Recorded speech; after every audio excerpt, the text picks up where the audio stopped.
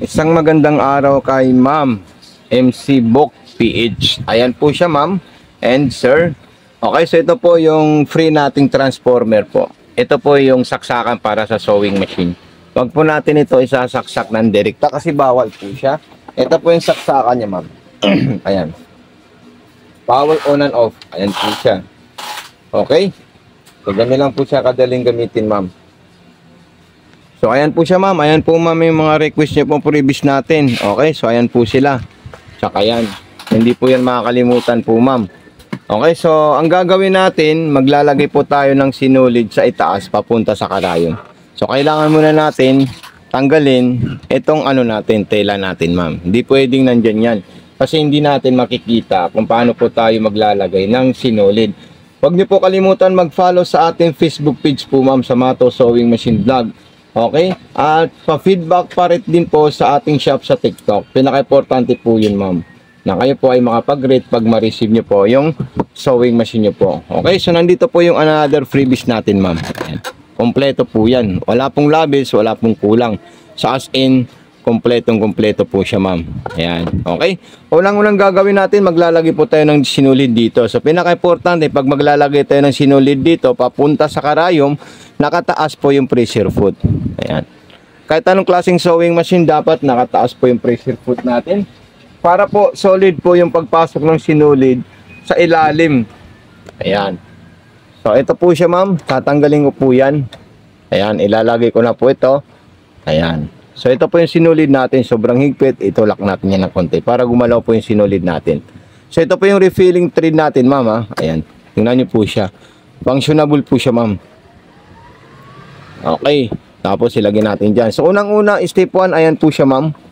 Then, step 2. So, sundan nyo lang po yan.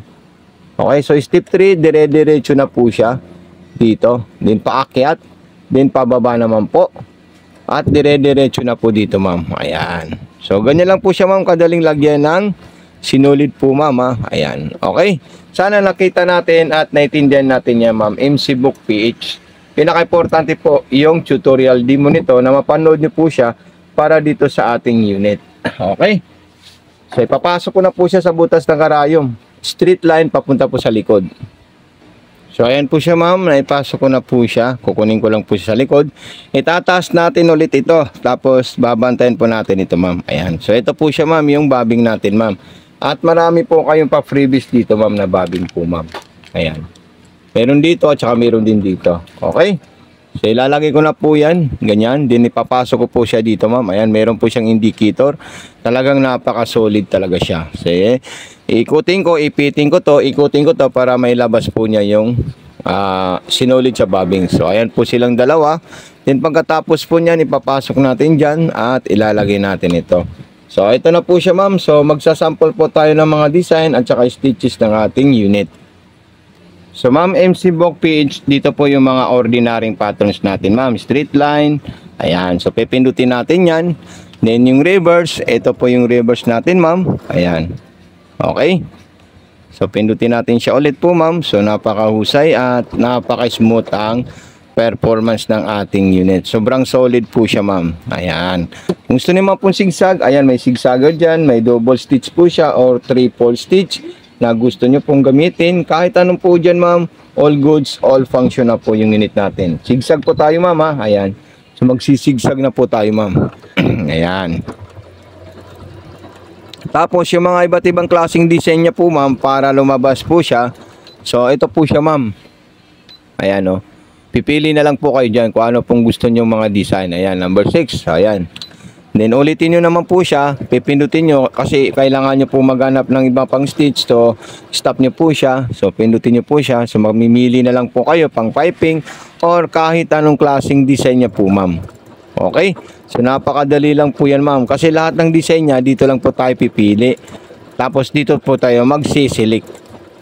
Okay, so ilalabas niya po sa LCD monitor ng unit yung gusto niyo pong design bawat isa. Ayan.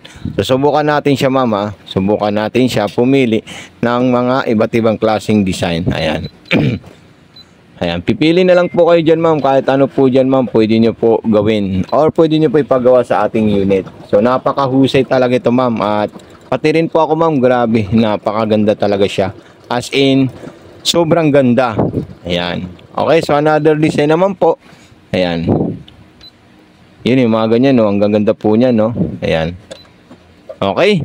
So pag may mga katanungan po kayo ma'am, huwag po kayo mahihiya mag-message sa akin ma'am. Nandito lang po ako para kayo po ay suportahan sa mga unit na kakailanganin nyo po ma'am. So maraming salamat po sa iyo ma'am. God bless, more power po ma'am, and peace out po ma'am. Huwag po kalimutan mag-feedback sa ating shop po ma'am ha. Ilalagay ko na po ito ma'am lahat ng ano natin. Ayan.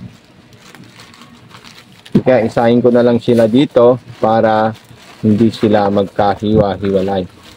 Ayan. So, ito po siya ma'am. Oh. Tapos, ipacking ko po siya. Ayan. Okay. So, ayan po siya ma'am. Kompleto po siya. Huwag niyo po siya gagamitin direkta. Kailangan yung wire na white pumasok dito ma'am. Tapos, yung wire naman doon. Tapos, on and off po dito ma'am. Ayan. Okay. So, thank you so much po ma'am. God bless and more power po sa'yo. Bye po ma'am. MC Bok PH.